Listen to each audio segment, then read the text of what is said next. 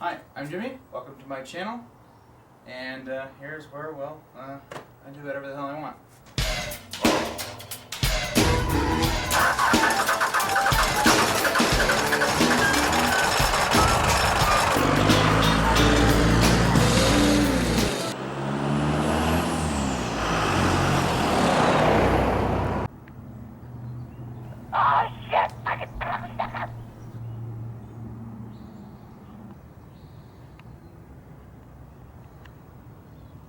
Alright, today I'm going to do a little bit of suspension maintenance on the truck here. Anyways, what we're replacing is the lower spring insulators. Got these from LNC truck. I've been a little hesitant of buying stuff from them lately, but these are just rubber parts. I mean, what could go wrong? So from LNC truck, the part number is 40-2064. And it's a spring insulator lower. Two required, one per side.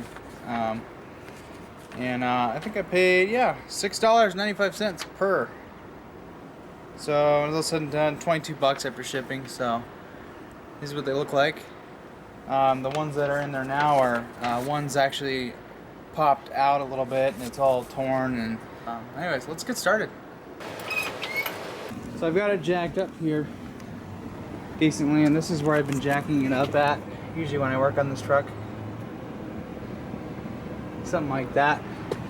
I have it in first gear and the or park if yours is an automatic, and then e-brake is on. And you can see we're definitely up off the ground. I got this wood block, and then right here it's actually boxed. So I'm going to set the jack right on there. That'll be a good spot for it. I'm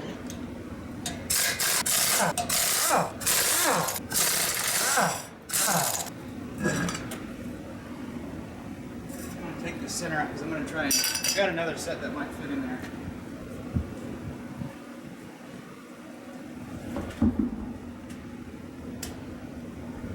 So, while you get your stuff apart, take a look at your brakes and whatnot.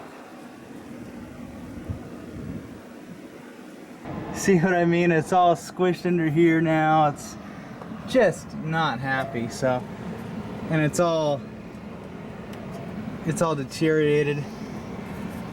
So really all we need to do is support this with our floor jack, and then we're gonna want to zip this off, just undo the lower portion of the shock.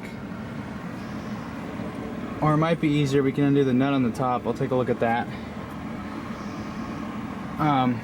So you can do it either way. This shock limits how far this axle comes down, so technically you could probably put a longer shock on it, give you a little more downward travel, but for what I do, I don't need to do that, and plus it'll keep the spring like locked in place. He's not going nowhere. Well, you had that hole all the way. Yeah, right.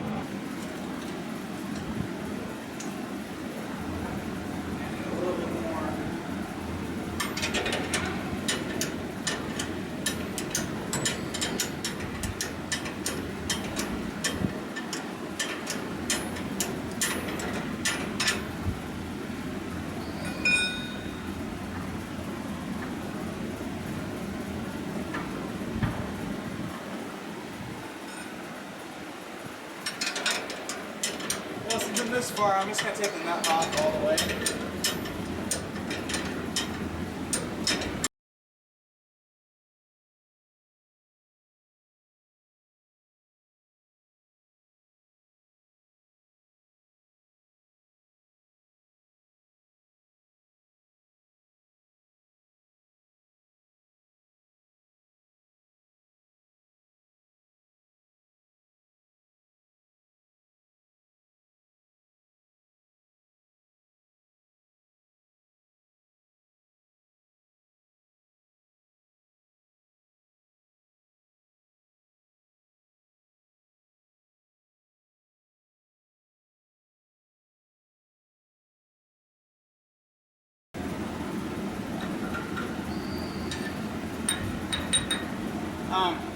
These can catch sand and whatnot.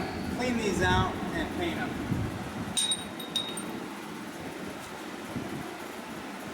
go.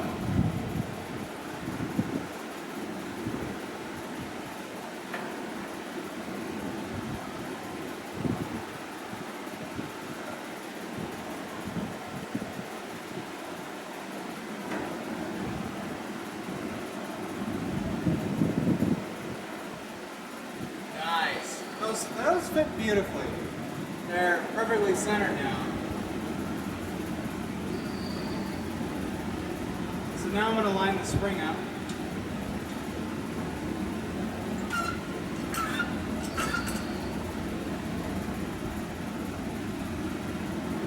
Should be good there now.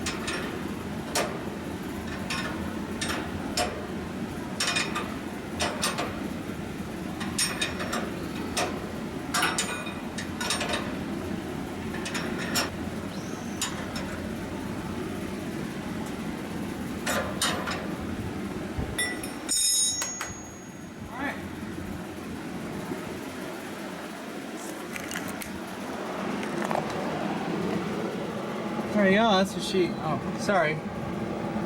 That's what she looks like now. That's much better, don't you think? I think that corner is the only problem. I think that might be an issue with this coil spring, but as long as most of it's on this rubber, we should be good. But this thing was actually blown out right where the coil ends. This is already kind of blown out when I had my old one in there, so. Like that, something like this. It was just, he ate all the way through it, and then this is all scrunched up. It just was, this was just junk. So, also I think this got soaked with transmission fluid one time because I had when I had the automatic and gas in here, I had a bit of an accident.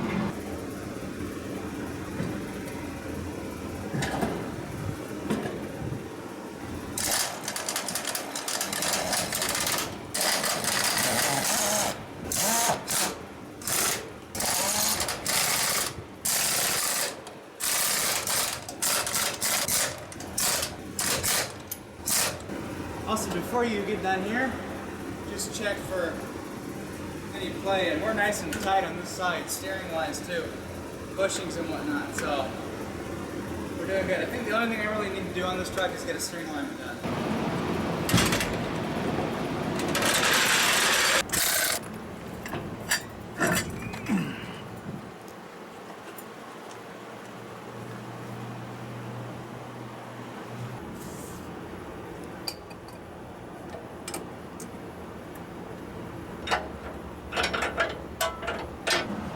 When I get it up over the stud there.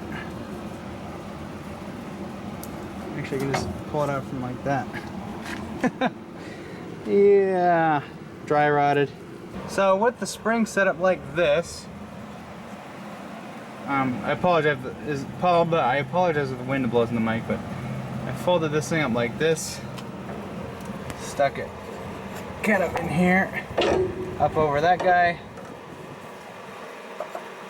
and Bob's your uncle. All right, we're pretty much done. Now we just gotta start it up, back it up, take it for a test drive. But first, I'm gonna go clean up because, yeah, my truck, try not to get the dirty interior all nastified. Ah, there we go. Gotta have keys to start it.